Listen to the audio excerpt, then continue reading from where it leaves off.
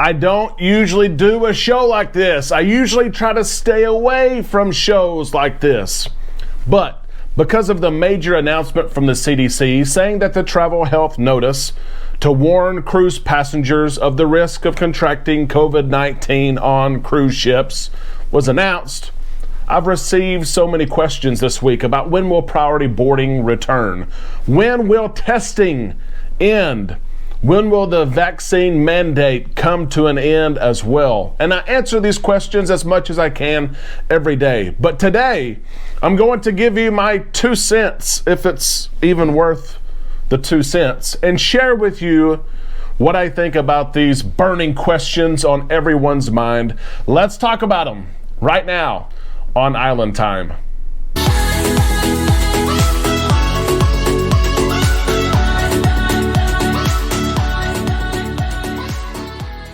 A big happy Friday to all you Islanders. I hope you're ready for the weekend. Welcome back to the show. Welcome to Island Time. I am your host, Derek, and I'm excited that you and I get to spend April Fool's Day together right here on the show and in the islands. As I mentioned in the intro, this is a different type of show. I don't usually do this, but so many people are wondering as we enter the spring, and we're in Q2 today, April the 1st, quarter 2 of the year.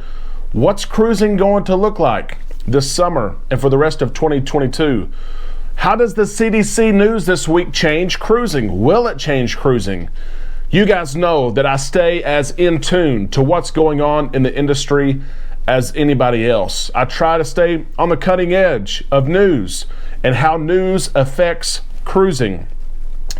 But today's going to be a little bit different. We're going to talk about maybe what we think is going to take place, and this is based on what I know, based on who I know and who I trust. But at the end of the day, there are still a lot of unknowns. Some things we just don't know yet. We don't have concrete answers to.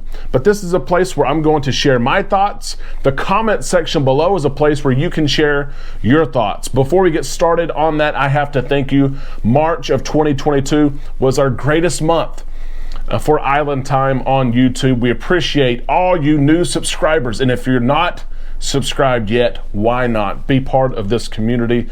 We're growing, we're active, and we're helpful. Thank you so much for a great March of 2022. Let's keep it going in April. Here we go. What we're going to look at today, here are the topics we're going to address: masking, priority boarding, kids clubs, testing, and vaccines in that order. So stay tuned. Get my thoughts and share yours. Here we go. Masking. I think a lot of us who have, well, all of us who have cruised in the last 30 days know this, but I still get questions every day regarding masking and cruise ships. All of the major cruise lines right now have relaxed their masking guidelines. You don't have to wear masks on cruise ships if you are a vaccinated passengers. There still are cruise ships that are requiring unvaccinated passengers, mainly kids, to still wear a mask. But if you're sailing Carnival, Royal Caribbean, or any of the major cruise lines, and you're vaccinated, you don't have to wear a mask when you get on board. I just was on a Carnival ship, the Carnival Vista, last week, and Carnival says we may require masks in certain areas. There was not one area where a mask was required. The main theater in the comedy club had a sign that said masks are strongly recommended. This is a crowded space, but they were not required.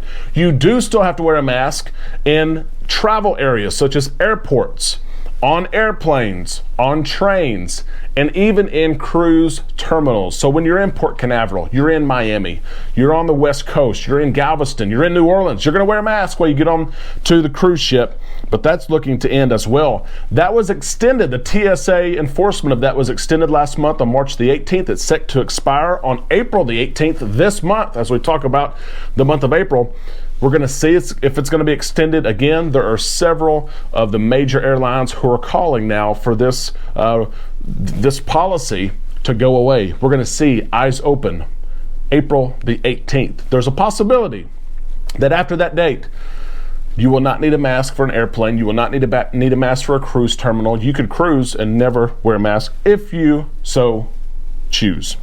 Here we go. Priority boarding is coming back. It's already coming back across the industry. Royal Caribbean has already brought back some of its priority boarding. Royal Caribbean has already brought back the Key program. The Key program is almost identical to Faster to the Fun with Carnival for you Carnival cruisers. It's already back for Royal. Carnival, I think, is set to bring it back very, very soon. And take a look at this picture right here. I saw this picture in Galveston last week. Carnival is already bringing back some of the early access or quick access lines for Diamond and Platinum members. It's already there. But people wonder about check-in times and Diamond and Platinum priority boarding. Right now, they're only doing suite guests to get priority boarding. It's coming back soon. I expect Carnival to bring back, especially Faster to the Fun. It's a pay-per-use program that does not cost Carnival any money to provide the benefits. However, they get to receive money and help pay these fuel costs that have increased on ships and across the industry.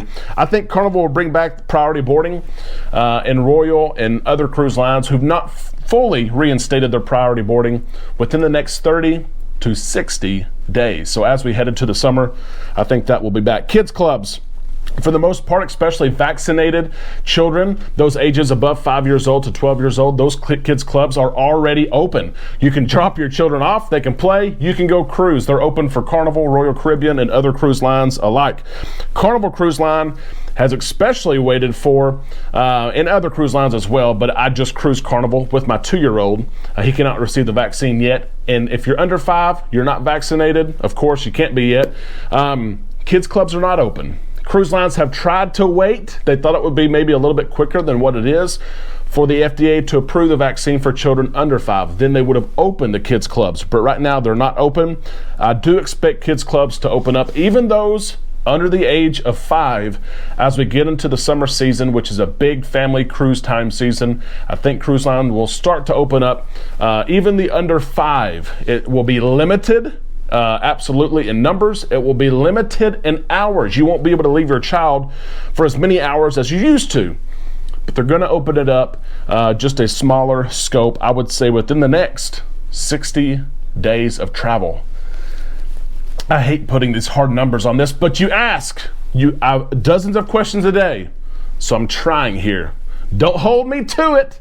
I'm just giving you my best guess as I see where the market is at and as I'm plugged in across the industry. Testing, the big one. The big one, when can I cruise and not have a COVID test? It's going to be a while.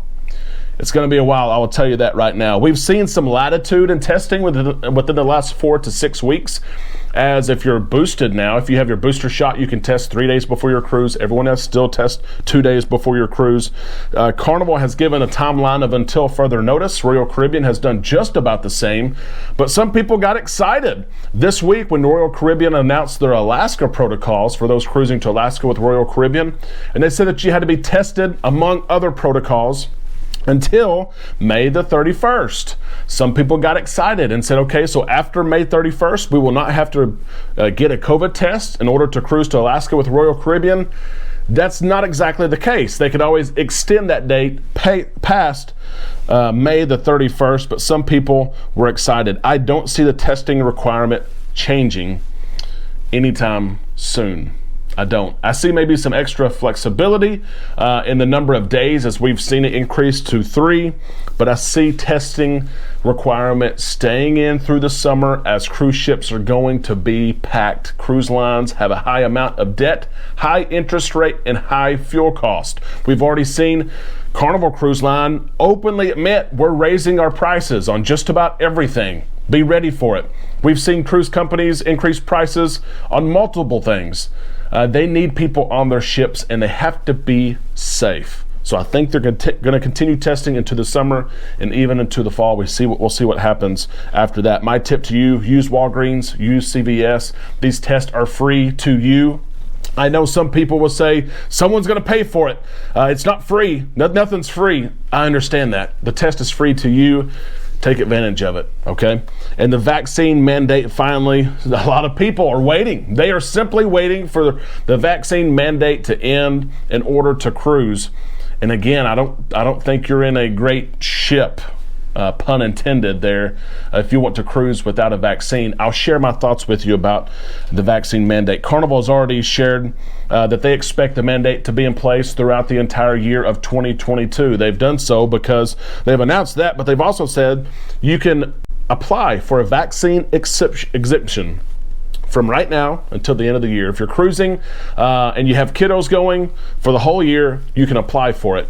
Now, let me tell you this. I just cruised, like I said, last week. There were adults on our cruise who are unvaccinated.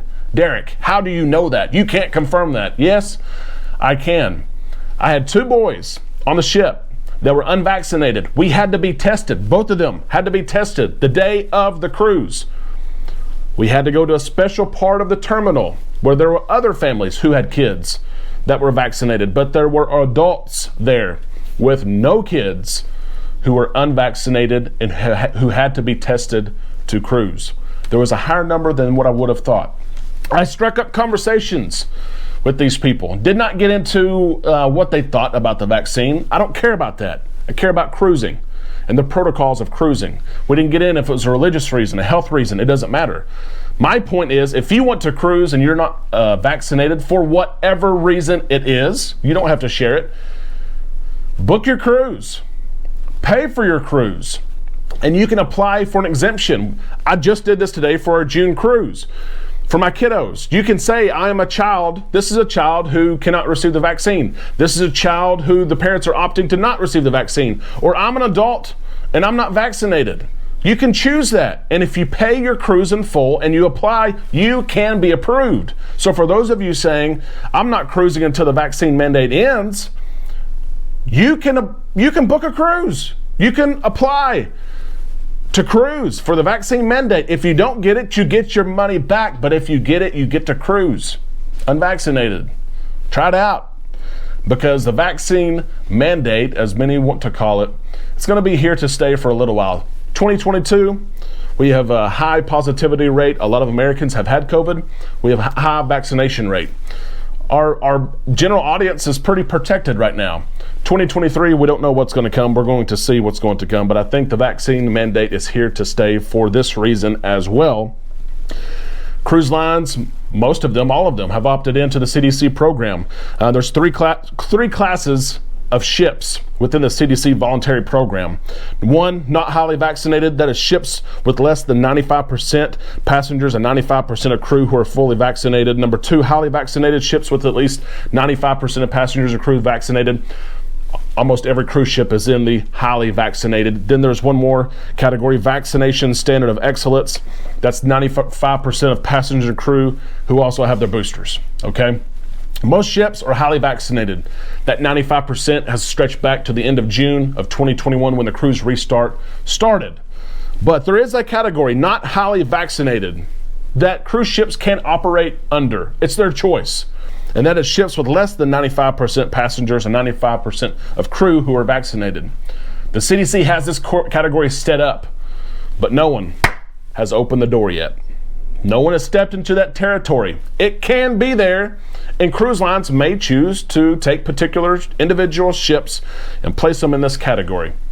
They're not right now. There's no one there, but they may do that ahead. I can see a time in the future when testing and vaccinations, either testing is limited or non-existent, or vaccination rates are lower.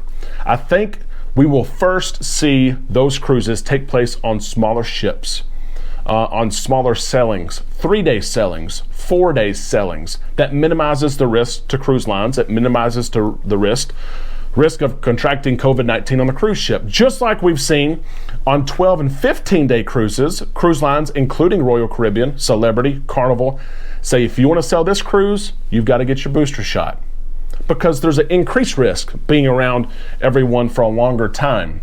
So using the same philosophy, I can see a day when testing and vaccine protocols change for short cruises first, 3-day, 4-day, 5-day, and then it works its way up to 6-day and 7-day cruises. That's where I think it's going to start. I don't know the timetable, but that's where I think we're headed. This video was entirely too long, but I've been asked about these questions so many times, I wanted to share my thoughts with you. Happy April. Happy April Fools. We'll be here this weekend, including Sunday night, 8 o'clock p.m. Central Time as we go live, as we share the latest in cruise news and in cruising. We hope you have a great weekend, and we'll talk to you very soon right here on Island Time.